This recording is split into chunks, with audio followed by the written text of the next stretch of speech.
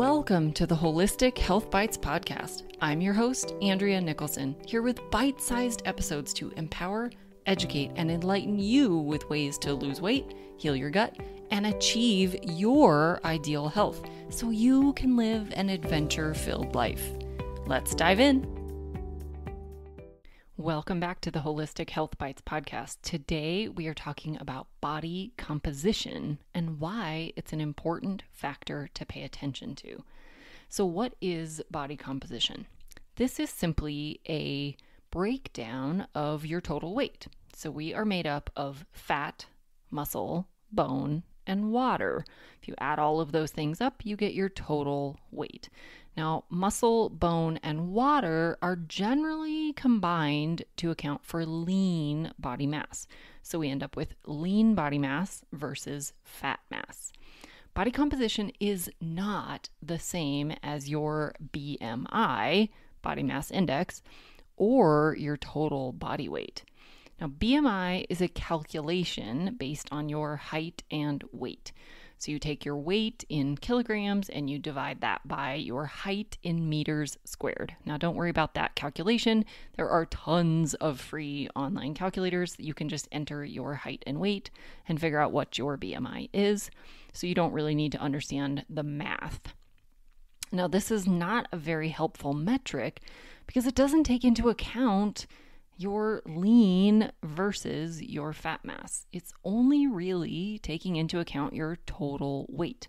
So if we take, for example, a bodybuilder, say he's 6 feet tall, 225 pounds, solid muscle, small waist, and in great physical condition. Compare that to a sedentary man who is also 6 feet tall, 225 pounds, but has a larger waist circumference and lower muscle mass.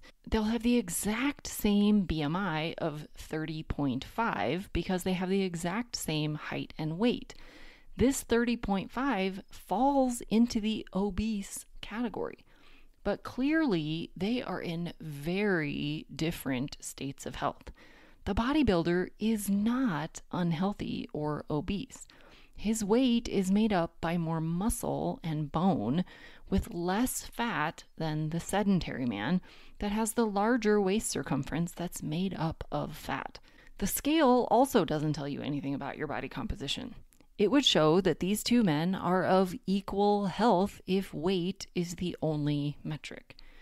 Both the scale and BMI calculations could also show someone in the healthy range, but that person could still have high levels of belly fat, aka visceral fat, on their organs. You may hear this referred to as someone who has normal weight obesity, or they're thin on the outside, fat on the inside, or even skinny fat. Now, this is a dangerous condition because whether you're overweight, normal weight, or underweight, having visceral fat increases your risk of diabetes, fatty liver, and many other metabolic conditions.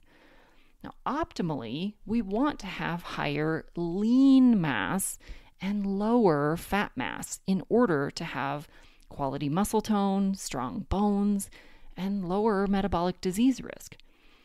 This will help you stay stronger and more functional as you age, having a higher and longer quality of life. This also reduces your risk of cancer, cardiovascular disease, and many other illnesses. So how do you know what your body composition is? There are a variety of ways to estimate your current body composition. The easiest and cheapest way is to use a tape measure. Belly fat is the riskiest type of body fat. Looking at your waist to height ratio is a great estimator of your insulin resistance and metabolic disease risk. So you want to measure your waist at the top of your hip bones, keeping the tape measure level around your body. Now, optimally, your waist should be less than half of your height. So let's say you are 5 foot 8 inches tall or 68 inches. you would want your waist measurement to be less than 34 inches to have good insulin sensitivity. If your number is more than half of your height, you're at greater risk for insulin resistance, type 2 diabetes, and other metabolic conditions. Now, another great way is to take photographs of your body.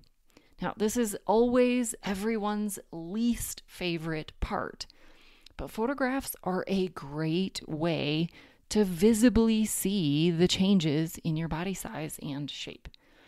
Take them in the same location, at the same time of day, and with the same zoom ratio to make sure that you're really comparing the same angles, times of day, types of clothing, all of those sorts of things.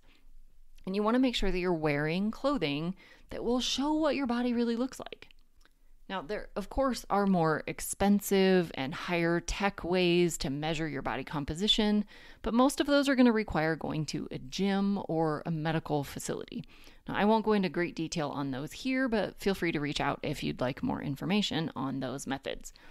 So, how do we improve our body composition? We have to eat right, we have to exercise, and we have to minimize stressors. Now, nutritionally, the first priority is protein. Protein contains the necessary amino acids for building muscle, organ, bone, hormones, and all of the enzymes needed throughout your body. If you're active, and you should be, at a minimum, you want to aim to get 1.6 grams per kilogram of ideal body weight. That's the amount of protein you should aim to consume. So this would be about 110 grams of protein per day for someone whose ideal weight is 150 pounds. Now, if you're doing intense exercise or resistance training, you may need even more protein. Now, in the show notes for this episode, I will post a simple table that will help you get started in determining your protein intake needs. Eating a low-carb diet can help you burn more body fat by reducing blood sugar levels, insulin levels, and boosting your body's ability to burn fat. Now, remember, when your blood sugars are elevated, your insulin is elevated, and insulin is a fat storage hormone, and it blocks the ability to burn your stored fat. So if we can decrease sugar levels and decrease insulin levels, you can remove that block and you can start burning your body fat again. Research has shown that low-carb eating can reduce body fat composition faster than low-fat eating. One study in particular, the low-carbohydrate group lost 22.8% of their abdominal fat compared to the low-fat group that only lost 1% on average. The greatest results in this study were in those who reduced their carbohydrate intake to less than 50 grams total per day. Now, if you'd like to learn more about eating a healthy low-carb diet, schedule a free consultation with me. I also have to say, if you are on any diabetes medications, blood pressure medications, any medications of any kind, or if this kind of eating and exercise regimen is new to you, please reach out. There are some special caveats that you need to take into account before you just start lowering your carbohydrate intake. This actually can be very dangerous if you have a current medical condition that needs to be considered before you do this. So it's a very safe diet, but there are some considerations that you have to make if you have a current medical condition or you're on medications. So please schedule a consultation before you take on this diet. Now, in the best case scenario, you're going to lose body fat while maintaining or even adding lean tissue. And by lean tissue, we mean primarily muscle, but as you build muscle, you can also increase your bone mass. And even maintaining your muscle mass will help you maintain your bone mass. So this is a good thing for longevity and having higher quality of life throughout age. So now we've talked about protein and carbohydrates. The last remaining macronutrient is fat. Don't be afraid of fat. We need fat for brain health, hormones, vitamin and nutrient absorption, and energy. However, we don't need to intentionally load up on fat. You just want to be sure that you're using healthy sources of fat and you're adding it to your meals for satiety and for flavor. That's what makes your food taste so good. Now, you can use coconut products like full-fat canned coconut milk. You can use coconut oil. MCT oil is one of my favorite healthy fats. You can also eat olives or cook with olive oil.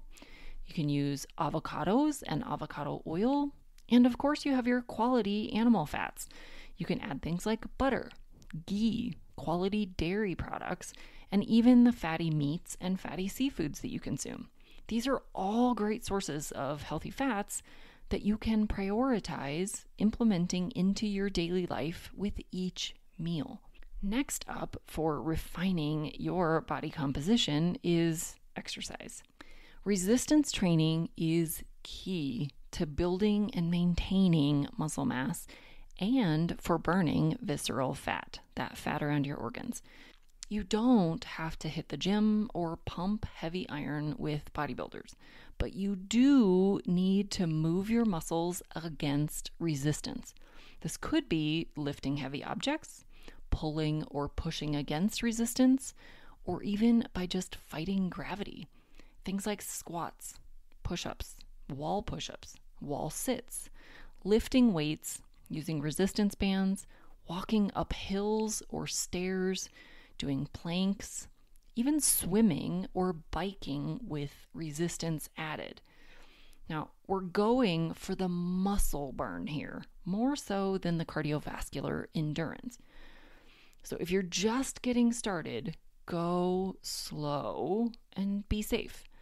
Start small with body weight only work and slowly increase over time. Don't jump right in with an hour-long heavy weightlifting session. You can also do just a couple of minutes a few times a day. Don't work the same muscle groups multiple days in a row. Your muscles need time to rest. The rest is actually when the strength and the muscle gain happens. When you're doing the workout, you're damaging the muscle. And in the rest, the muscle is repairing, and that's when it comes back stronger. So you need rest on all the muscle groups as you're working them out so that you're getting that time for them to rebuild stronger. Start with just 3 days a week doing resistance training, and then add active rest days in between. Things like yoga, walking, Pilates, biking, or even interval training can be great. So there you have some fabulous ways to improve your body composition. You can determine what your body composition is, and you can add some of these tips in to refine your body composition to have more lean tissue and less fat tissue. As always, hit me up with questions, and I look forward to seeing you again in the next episode. Thanks for being a faithful listener to the podcast. I'd love it if you left me a 5-star review on this podcast so that others can more easily find this valuable information. Did you know I also work one-on-one with clients? I approach solving health challenges like I approached solving crimes, by conducting a thorough investigation into your case. Sadly, hundreds of millions of people in the US have insulin resistance, prediabetes, and diabetes, and the vast majority have no idea. I'm here to fix that. If you struggle with low energy, stubborn weight, hypertension, sleep disturbances, or any other undesired symptoms, let's talk. All you have to do is schedule a free call. The link will be in the show notes. And no, you do not need to live near me.